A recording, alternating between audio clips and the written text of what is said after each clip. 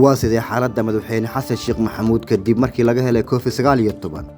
xasan sheekh maxamuud oo kashifay amar uu bixiyay dhigiisa Imaaraadka Carabta xilli ay kulan ku lahaayeen Abu Dhabi sidoo kale xogo ku saabsan qaabka uu ku yimid safarka madaxweyne xasan sheekh maxamuud Imaaraadka Carabta golaha shacabka baarlamaanka Soomaaliya oo maalinta bari ah u qaaday codka kalsoonida ra'iisul wasaaraha magacaaban iyo Xamse Cabdi Barre oo dowladdu ka sameeyay filada kadib salaadii Jimcaha fadlan sii sheer garee muuqaalkan sidoo kalena qaybta falowga ama subscribe-ka noo saar waa bilaash waxaan idin soo gudbin doonaa dhacdooyinkii ugu dambeeyay ee Soomaaliya iyo dunida madaxweynaha Soomaaliya xasan sheekh maxamuud ayaa laga helay cudurka coronavirus xilli dhawaan laga helay xubno ka mid ah wafdigiisa xaaladda caafimaad ee madaxweynaha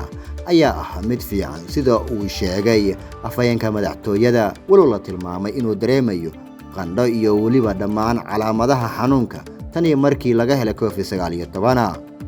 madaxweynaha ayaa qoraal uu soo saaray wuxuu ku xaqiijiyay in laga helay cudurka kadib markii maanta uu dib ugu soo laabtay Muqdisho baaritaan lagu sameeyay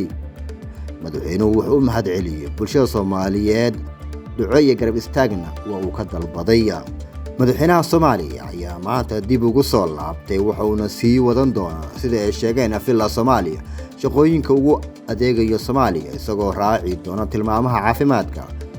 balse dhawaan ayaa waxay ahayd markii xubno ka mid ah wafdiga madaxweynaha laga helay cudurka coronavirus kuwaas oo la karantiilay madaxweyne xasan sheekh maxamuud ayaan la ogeyn qaabka uu xafiiska waajibaadka shaqo laga sugayo u qaban karo maadaama xilligan laga helay COVID-19 waxaana laga baqdin qabaa in shaqaalaha filla Soomaaliya madaxda kale ee madaxweynaha uu qaabilayo inuu qaadsiyo xanuunka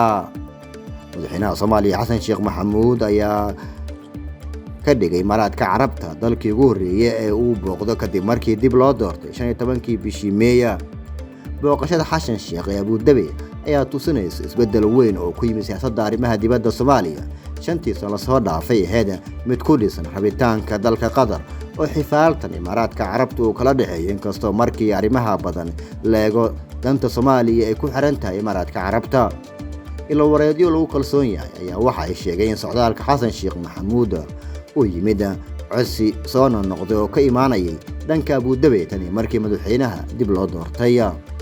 marar badan ayaa safiirka Abu Dhabi waxa uu kulamo la qaatay madaxweyne xasan sheekh maxamuud isagoo kula kulmay filla Soomaaliya dhanka kale Imaaraadka Carabta ayaa ballan qaaday inuu taageero weyn oo dhanka amniga ah siinayo Soomaaliya wafdiga madaxweyne xasan sheekh maxamuud ayaa waxa ka mid ah agaasimaha nismaha salaad oo xitaa fadhiyay kulankii madaxweynaha dhigiisa Imaaraadka Carabta walow aan loogeyn xaaladda caafimaad ee Maasalaad maadaama madaxweynaha qudhiisa laga helay xanuunka COVID-19 madaxweynaha Imaaraadka Carabta Sheekh Maxamed bin Zayed Al Nahyan ayaa kulanka xasan sheekh maxamuud ka xaqiijiyay taageerada joogtada ah ee wax walba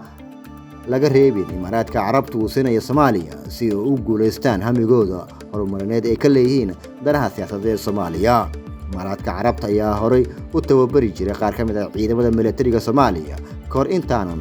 isku dhicin dowladii uu hogaaminayay madaxweyne Farmaajo bishii Abriil sanadii 2018 taasi oo keentay inay xirmaan saldhigyada militariga Muqdisho ku lahay Imaaraadka Carabta taa oo muujinaysa sida safarkan muhiimka ugu ah Abu Dhabi waxay dhammaan wargeysada ugu waaweyn dalkaas Imaaraadka Carabta uga goodo hore sheekada ugu weyn ee ka dhigeen socdaalka madaxweyne xasan sheekh maxamuud habdhaqanka Imaaraadka Carabta iyo waliba sidoo kale ugu dhabeeyeen ballanqaadyada bilaha soo aadan ee kala cadaan doonto haddii danayntooda Soomaaliya ay tahay mid dhab ah walow ilaa hadda aan si rasmi ah loo xaqiijin waxyaabaha rasmiga ah ay ka wada hadleen labada mas'uul balse waxaa la tilmaamay in arrintan tahay isxulufaysigii ugu weynaa ee madaxweyne xasan sheekh maxamuud oo la yeesho mid ka mid ah wadamada khaliijka ugu tunka weyn oo Imaaraadka Carabta ugu dambeyntiina golaha shacabka ee baarlamaanka Soomaaliya ayaa maalinta bari oo Sabti ah waxa uu qaadayaa codka kalsoonisiinta ra'iisul wasaaraha magacaaban Xamse Cabdi Barre xildhibaanada golaha shacabka ayaa loo diray fariin qoraaleed lagu wargelinayo fadhiga maalinta bari ah ee ajandaha kalsoonisiinta ra'iisul wasaaraha magacaaban walow aan loogeyn qaabkay u suurtageli karto maadaama madaxweynaha Soomaaliya hadda uu ku karantiilan yahay filla Soomaaliya madaxweyne xasan sheekh maxamuud ayaa hadda waxa uu wajahaya xaalad caafimaad darro oo dhanka coronavirus maadaama laga helay caabuqa COVID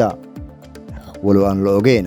inuu uga qaybgeli doono qaabka Zoom-ka maadaama muddooyinkii dalka Soomaaliya ka jireen xanuunka COVID-19 xaaladaha kala duwan laga bartay in madaxda ay shirarka uga qaybgalaan aaladda Zoom-ka balse xildhibaanada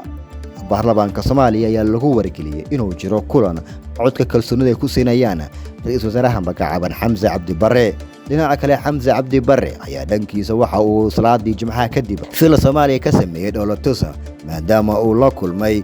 mas'uuliyiinta kala duwan ee dowladda oo isdhihi karo cod kalsoonida waa aad ka heli kartaa markaana taageero ay xildhibaanadu kugu siin karaan. waxa uu saacadihii ugu dambeeyay kulamo joogta la qaadanayay xildhibaanada baarlamaanka Soomaaliya isagoona ajandada siyaasadeed ee ku aadan in codka kalsoonida biri ay siiyaan kala dhacsiinayay. dhinaca kale waxaa la arkayay isaga iyo waliba wasaaraha xilka ka sii tagaya Maxamed Xuseen Roble oo ku damaashaadaya filada dhexdeeda taasi oo soo jiidatay dhammaan baraha bulshada balse dad badan waxay isweydiinayaan qaabka cod kalsooni lagu qaadi doono waxayna wax walba cadaan doonaan maalinta biri marka fadhiga baarlamaanka ay ku yeeshaan xarunta Villa Hargeysa isla markaana ra'iisul wasaaraha uu ka horjeediyo khudbadiisa waxqabadka uu kaga dalbanayo xildhibaanada in codkooda ay siiyaan wax walbaana waxay cadaan doonaan maalinta biri